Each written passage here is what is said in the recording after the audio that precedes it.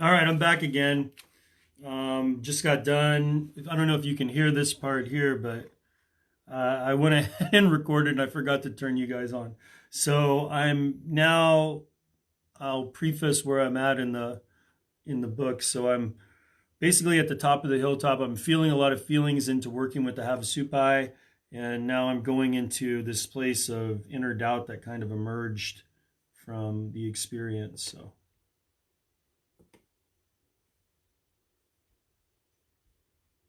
let me see, I'm going to take this clip and cut it off right there. There's a little bit of excess.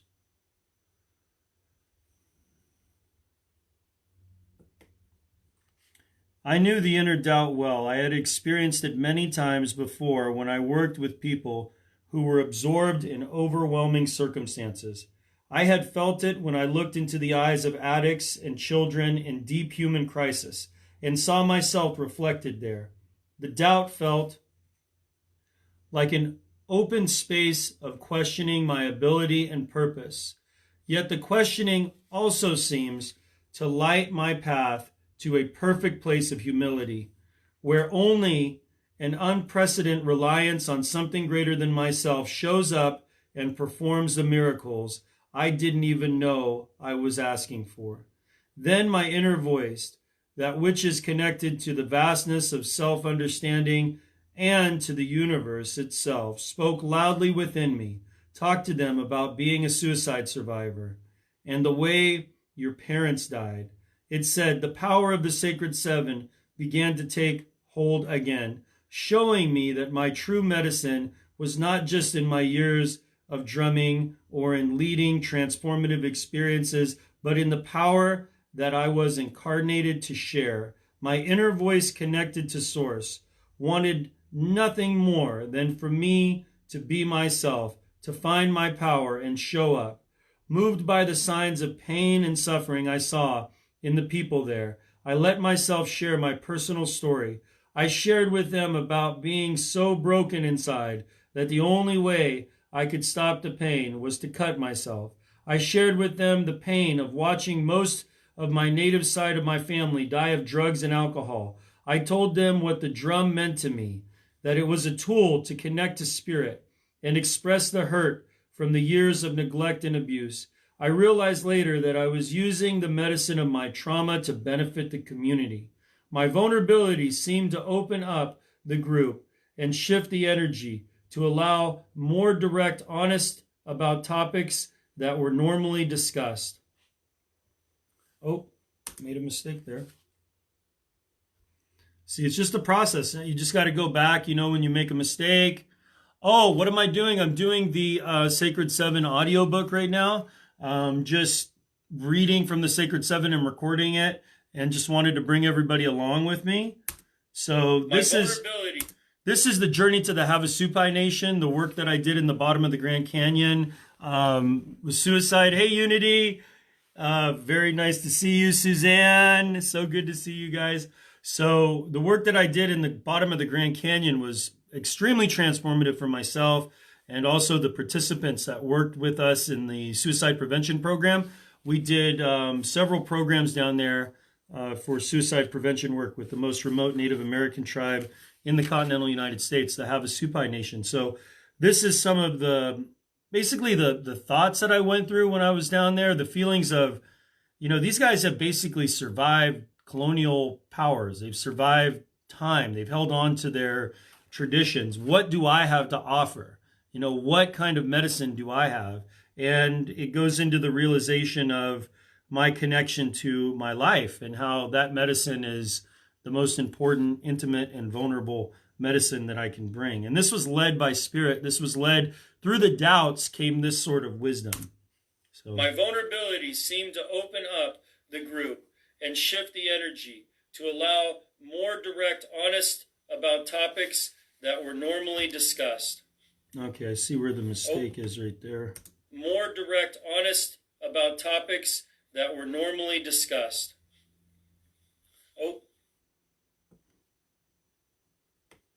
That's what I got to do. I got to do a little splicing here in the audio to allow. Okay, perfect.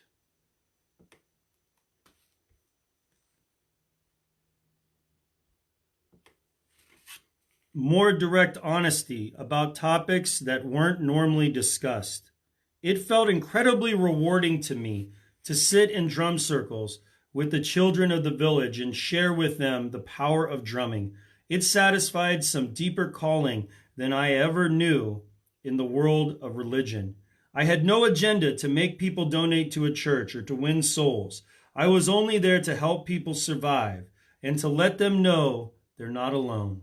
One day in the drum circle with the youth of the village, I was asked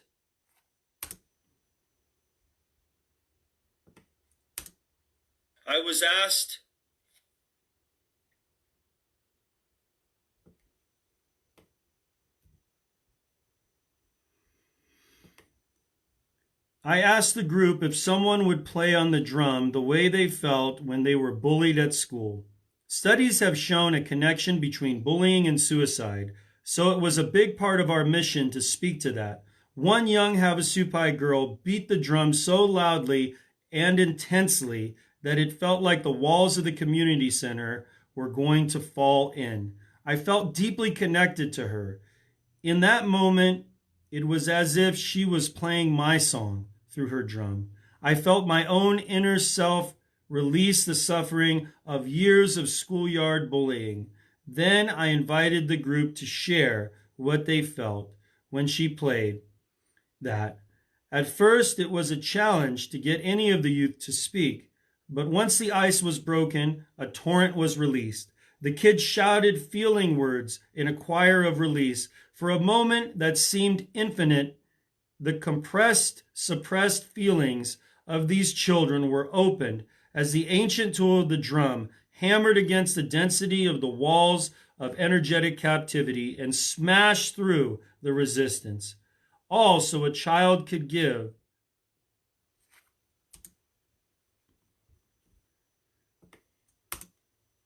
All so a child could give.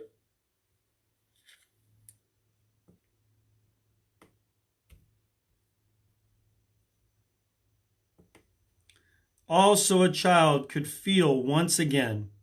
In that brief moment, I felt our collective history was changed. There was not a person in the circle that day that was not transformed by the experience. Soon after that, my small crew and I accepted the elders' invitation to their sweat lodge, a sacred purification ceremony in our honor. The ceremony is meaningful to all when it is performed, and a lot of work is done to prepare for it. The wood must be chopped, the stones must be gathered, the water needs to be put in buckets, and offerings need to be made. We were brought to an earth hut made from the rich red dirt and branches of trees of the canyon, which were molded into a womb-shaped room with only one door covered by a blanket. The lodge sat next to the beautiful stream that flows from the depths of the canyon and glows with the beautiful, luminescent blue-green hue. The water is what defines the tribe, whose name, Havasupai, means the people of the blue-green water. We started by sitting around the fire. The singer Roland, one of his last sons of the great Havasupai chiefs, spoke about many things, including the origins of the fire and the gratitude he had for us coming to share the drum with his people. Just as the ceremony was about to begin, a young girl and her mom came through the doorway of the hut. The woman spoke to Roland in the language of the Havasupai. Roland turned to the rest of us and told us the little girl was his granddaughter and she wanted to come to the sweat lodge, so her mom brought her. I felt comforted by their innocence and presence in the lodge. As the stones began to sizzle and the sage and cedar were beginning to burn, I felt taken back to the origins of life. I prayed for myself and for the other people who were in our program. The gourd sounded like a bell ringing in the quiet.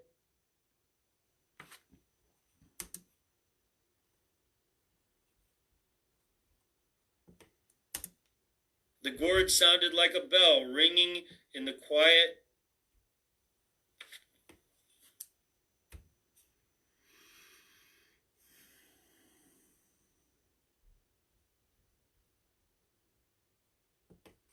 The gourd sounded like a bell ringing to quiet my mind chatter. A friend of mine and fellow Lapon Apache, Roman Arona, brought his drum, and the Apache drum beat felt like the heartbeat of Mother Earth. The Havasupai songs in the air were literally thousands of years old and acted like a vibrational doorway to take me where I needed to go.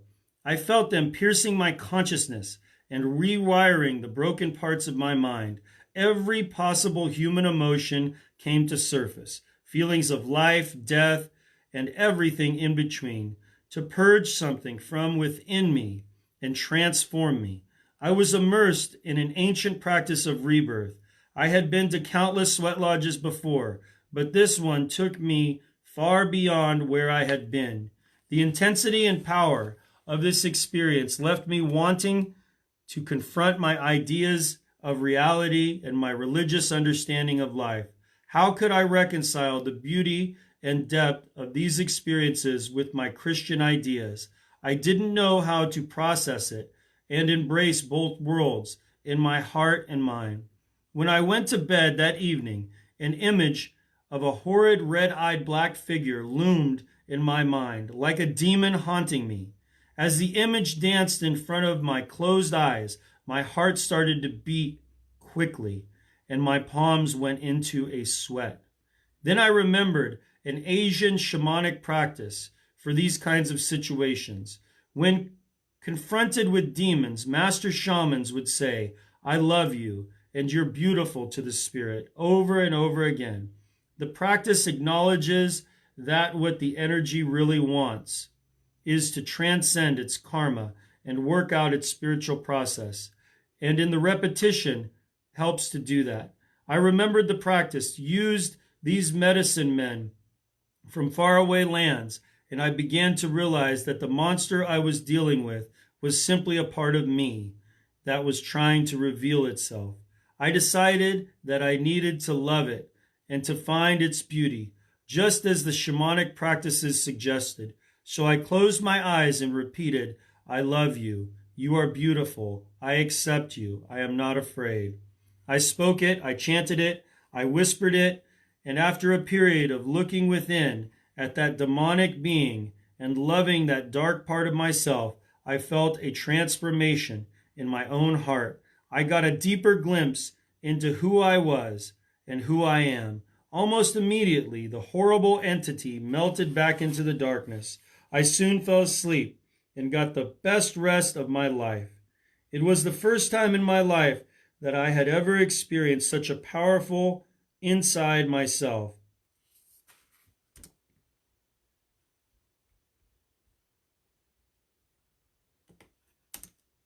That I had ever experienced such a powerful inside myself.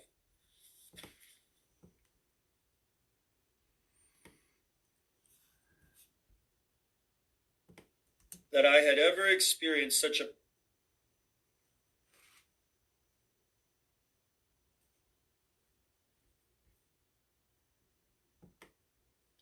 a power inside myself. I was beginning to understand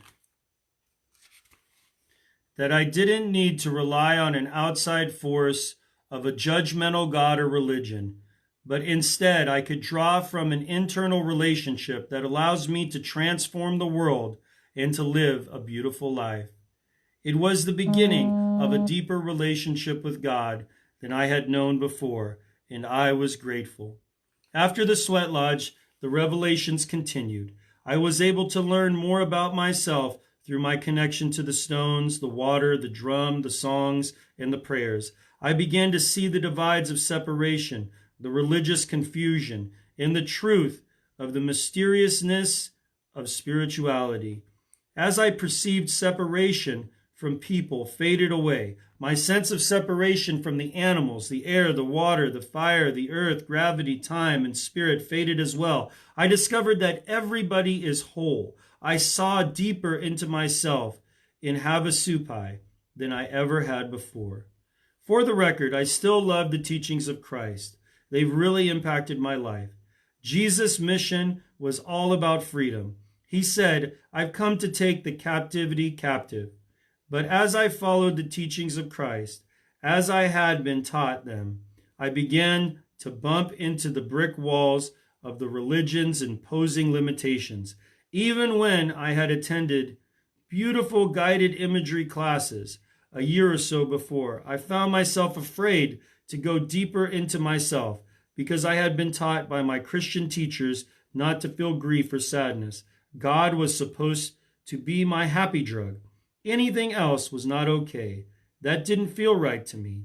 Real freedom came to me in 2012 when I sat in the ancestral Hogan in northern Arizona along with 30 or so other seekers, and I first heard someone speak their identity through an ancient introduction. For me, it was a turning point.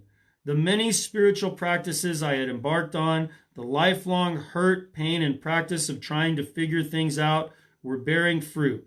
I felt a real power in those who introduced themselves, and I felt in my core that this authentic form of spirituality was what I needed, maybe what the world needed to become free again. The experience in the Hogan made me hunger to learn more about who I was and who my ancestors were. I delved into learning more about my heritage, and I got my DNA tested. I started to think that being native meant more than being some savage thief like the Hollywood Westerns depicted us. And I started practicing the teachings of the Sacred Seven. You see, this powerful form of introduction is not only meant to establish birth and identity in those who speak it, but it's also meant to break down the concepts and illusions that are given in childhood and that are embellished through the human experience. The metaphysical concepts are used as energetic building blocks that empower you rather than to create some sort of opposition to breakthrough, the captivity of the past. You discover that within the container of your own identity lies a profound vehicle for self-realization, understanding, and ultimately spiritual power. The process helps to limit the suggestive nature of a culture that processes people like a factory and helps you build an identity that is synonymous with your true self. As you go through the process of constructing your own Sacred Seven, and as many of your limiting I am statements begin to fall away, you may find it challenging to let go of them. Inside your mindscape, your egoic mind has constructed and fortified a place of hiding. It has comforted you with a blanket of thoughts, all about doing more, achieving more, and being rewarded more. If you're like most of the rest of us, that childish blanket is beyond filthy, yet it's still warm. It has become soiled with the emptiness of success or failure, victory or victimization. As you journey with the Sacred Seven, I will encourage you, as I have done for myself, to see it through, to be patient, and to love yourself. By doing so, you will begin to understand that you have an opportunity to experience more of your life and manifest more in your emotional, spiritual, and physical world than you ever thought possible. As you practice this technology, a more and true meaning of your existence will unfold within you. The 7 sacred containers of self-identity lets you know deep within you that you're already something. You've already arrived. It opens the portal to your connection to the lands of your ancestors, which has created the metaphysical architecture for who you are. In these days of polarity, anger, and distrust, it's imperative to know this. You can begin to see that you're like a tree rooted in the deep ground of your ancestry, planted near a life-giving stream that feeds your quest for successful and powerful spiritual living. The Sacred Seven can shift us from coming from a place of separation to being relational again. It allows anybody to apply it and to begin to establish connections with the air, water, fire, earth. It begins simply enough. I watch people in a circle in front of a fire introducing themselves to the fire, introducing themselves to the river, introducing themselves to the wind, and discovering themselves there. I watch people reclaim that they are connected to gravity, time, and spirit. For them, it becomes a foundation for stepping back into the earthling experience with an open heart and reclaimed self. From these relationships, you can begin to know yourself without the confusion of a culture that is more focused on creating jobs than fulfilled human beings. For the first time, you might find comfort in listening to the drum of your heartbeat with the softness of the wind through your hair or the warmth of the sun against your skin. You might feel as if this whole world was created for you. If you step into the process, hold tight. It gets better, deeper, and even more insightful. Let me help you find your sacred seven. It will help you reestablish your relationships, reconcile the meaning of this incarnation, and learn to live with meaningful purpose. The sacred seven is a foundation for much that your heart yearns for. It is a way to place your feet firmly upon the earth and launch yourself into the world of deep ceremonial significance. Your sacred seven is a homecoming. Welcome home. So that was chapter 4. And now we're going into chapter 5. The Sacred Seven. It's the book I wrote. I'm doing the audiobook right now. So I think I'm going to take a little break here and have a little bit of some Purium juice. My friend Dave Sandoval sent me. How's everybody doing? It says, I love authors that narrate their book. I think hired narrators sound fake. Thank you, Erica. That's really nice.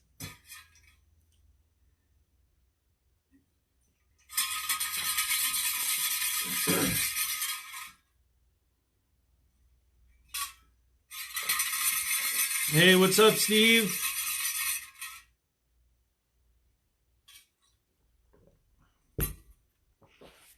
It's continuing with chapter 5 of the Sacred Seven, doing the audiobook here. So just finished chapter 4. And now getting to chapter 5.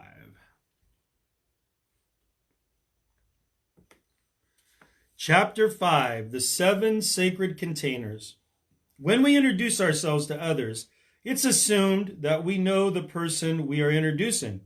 But who is that we know ourselves to be? Who have we come to believe that we are?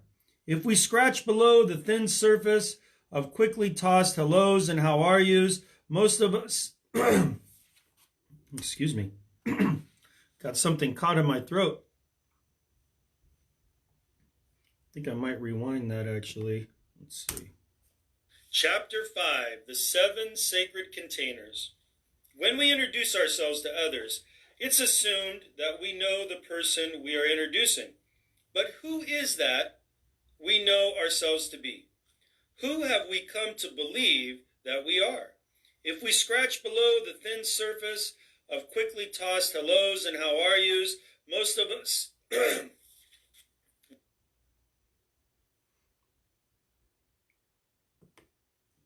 of quickly tossed hellos and how are yous, most of us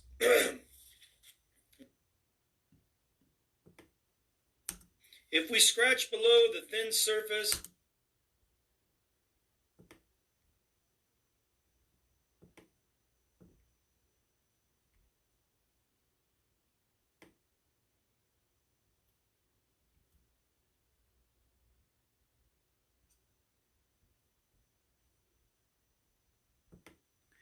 of quickly tossed hellos and how are yas, most of us live lives within the confinement of an identity that has been weaved together by self-imposed beliefs and limitations, community expectations, and cultural perceptions. The Sacred Seven offers us a time-tested tool to redeem our identity and reshape it back into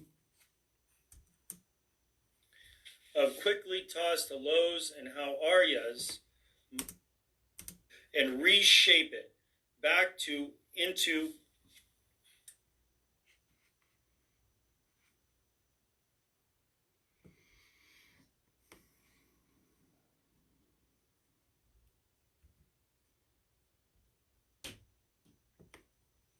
and reshape it back into wholeness. It allows us to intentionally create ourselves energetically in relationship to what is within the story of ourselves. We learn to hold space for identity in new, empowered ways that help to wash away the confusion of the illusions created by the traumas of our life experience. As most of us live within inherited and self constructed wounded identities, the Sacred Seven provides us a means to build a fortified metaphysical architecture, a conscious and meaningful construct of our identity, to bring out our highest ways of being. It introduces us to the ideals for our relationships with ourselves, others, and all of life, and provides metaphoric and energetic resources to embody them. It gives us the means to shape the perceptions we choose to have about ourselves and the world and come into alignment with the highest principles of our divine architecture. What we are taught, what we accept, and what we hold about truth about ourselves can run like an unseen viral program within the many layers of ourselves. Emotional triggers and dense feelings from our human experience can overload us. So we spend our lives waiting for the perfect relationship, waiting for the perfect job, waiting for the discovery of the meaning of existence. We wait in frustration because those things never come. We wait until isolation and captivity become the norm. At times, we can even become comfortable within the confusion that is given to us by a system that has all but forgotten the traditions of our global tribal ancestors. The Sacred Seven is built on the ancestral connection that once was a part of humanity's understanding of itself. The confusion brought on by the great illusion of self, of not knowing who you are, is dissolved within the groundedness and clarity of the Sacred Seven.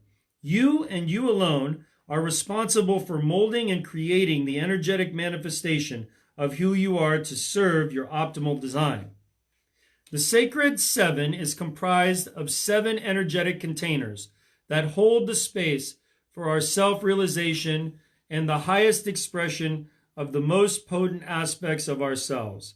They are tools to connect within our deepest wisdom and to free ourselves from the limitations of the unconsciously constructed identity. Each one is unique and powerful. Each one helps us transmute the trauma we have held within that distinct aspect of ourselves and eventually becomes a vehicle through which we can access our authenticity and act with grace and love in the world. Each of the Sacred Seven containers also embody a higher and broader perception, a lens through which we can see ourselves, the world, and build a healthier relationship with ourselves. For each of the 7 containers, we can ask ourselves, am I intentionally about this perception? Am I holding enough love for myself in relationship to that energy? We can ask also, am I loosening myself from any captivity I experience within this perception of myself? Enough so that I can reconnect with my own sovereignty. The technology of the Sacred Seven containers takes patience to adopt. Like anything profound and meaningful, more is revealed as you practice your introduction and grow with the teachings of this ancient view of life. My time in prison was a time of deep cognitive and spiritual redemption, but there still remained a feeling of lack within myself. The many books I read opened me up to the idea that I could step into living parts of myself and being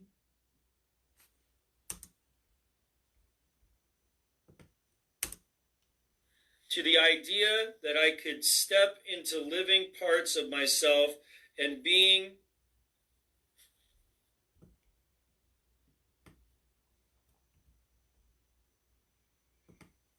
into living parts of myself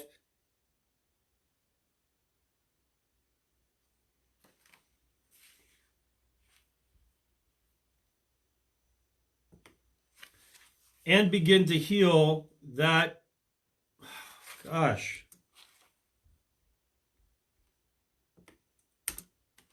to the idea that I could step into living parts of myself and begin to heal that, gosh,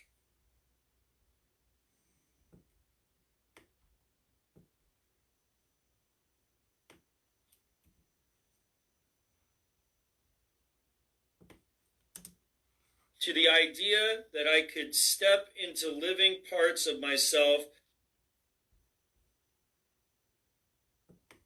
and begin to heal what was hurting, fill what was missing, and build what was weak within me. I learned to transform much of my trauma into medicine. It was there that I first began to understand that I could reshape the pain of childhood. As I began to work on healing my past, I discovered one of the viral programs locked within the matrix of my mind, the shame that had been and continued to spill over into virtually every aspect of my life. That childhood shame brought me to crime, alcoholism, and ultimately heroin addiction. The first download of it came when I was 9 years old. I had been caught shoplifting at Fred Meyer's department store in my neighborhood in Portland, Oregon. My stepfather came to pick me up. My mom wasn't allowed in the store because she had been caught stealing there already. So it was my stepfather who came for me. I had been stealing some toys, just as my mom had taught me to, when a plainclothes security guard grabbed me and carried me, fighting and screaming through the store. I was paralyzed with fear at the thought of being put into state custody. My mom had drilled it into my head. If I was ever caught, I would be taken by the state. They took my picture and processed some paperwork. Yet as my stepfather walked me out the door, he proclaimed that I had popped my cherry and insisted that I had done good. Once in the car, I had to face my mom. She looked at me and asked me if I had learned to steal from her, deeply fearful and afraid that if I said I had, she wouldn't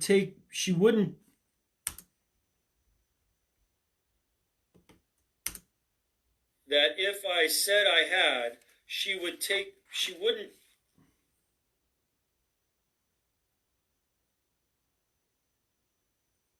that if I said I had, she wouldn't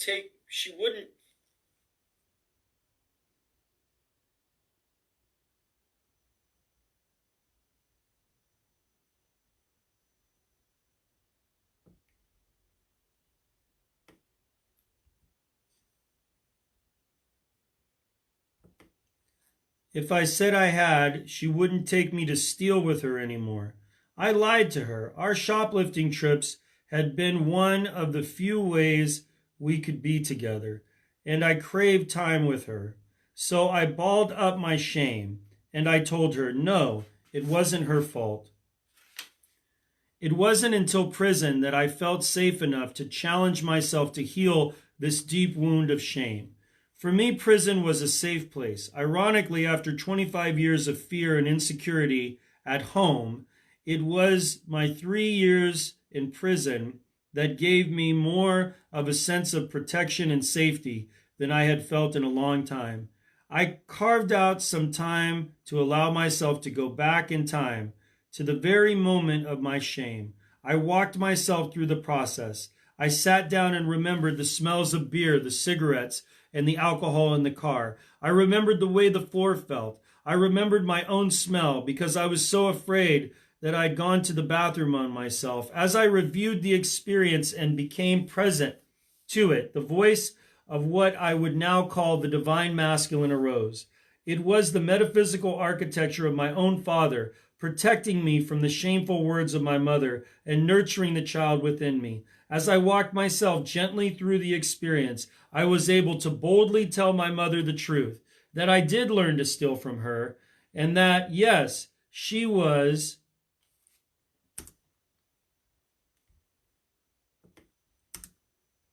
and that, yes, she was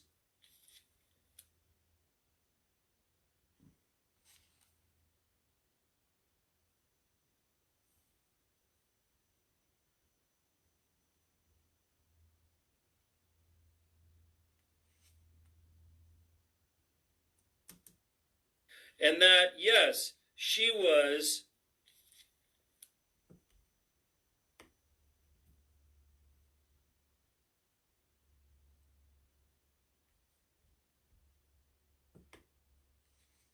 and that, yes, she could have taught me better.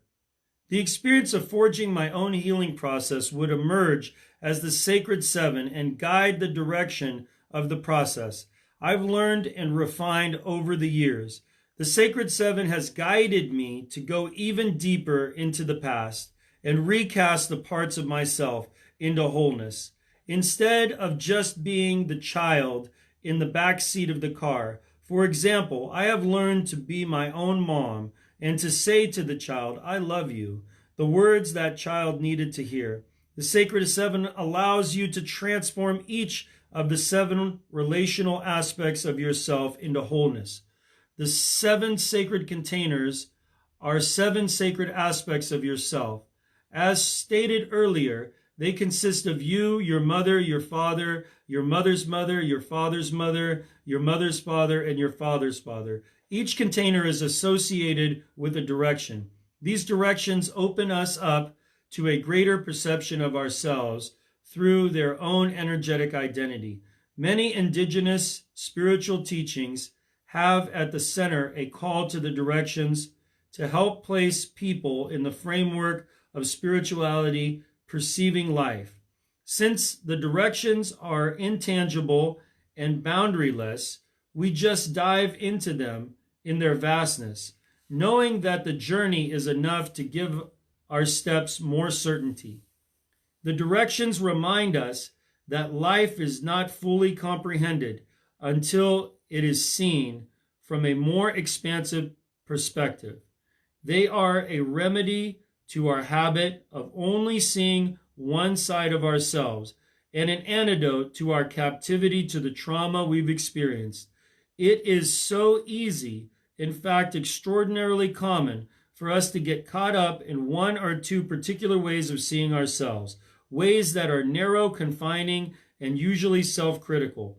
When we observe the experiences of what we once called trauma and abuse from the broader perspective of these directions, we are able to let go of the bondage to those experiences and finally find peace. The directions give us the ability to process and define our history in a way that serves us. The seven containers and their directions work in conjunction with one another to help make visible the blind spots in your consciousness. It's why this practice is so important.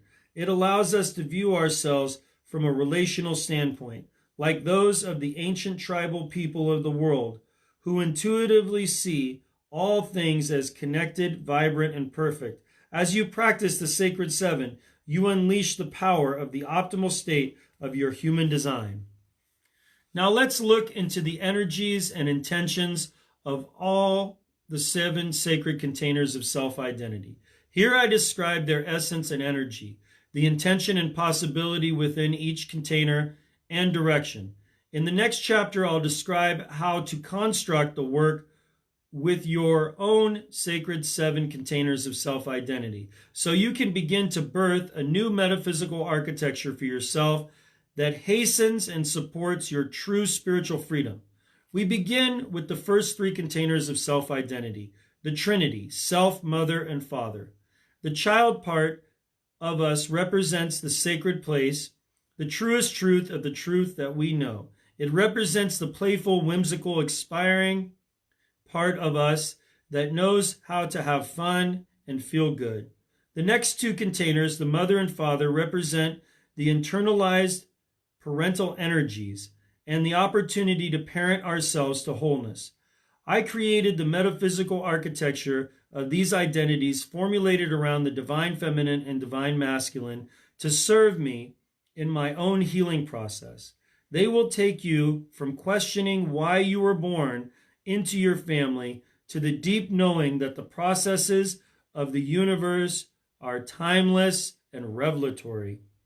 These three, sacred child, the divine mother, the divine father, from the fundamentals of our identity, all three work together for us to live life with a sense of freedom.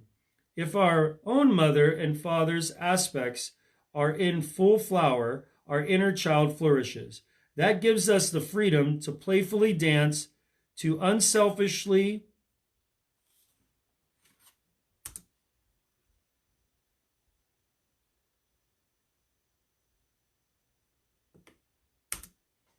I don't know if there's anybody on here watching right now.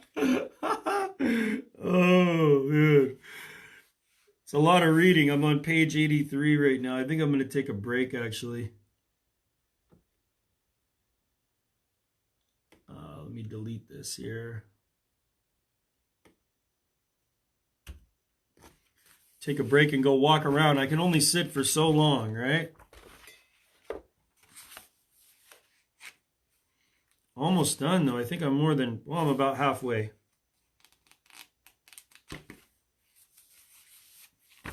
Stand up and walk around a little bit, and I'll be back.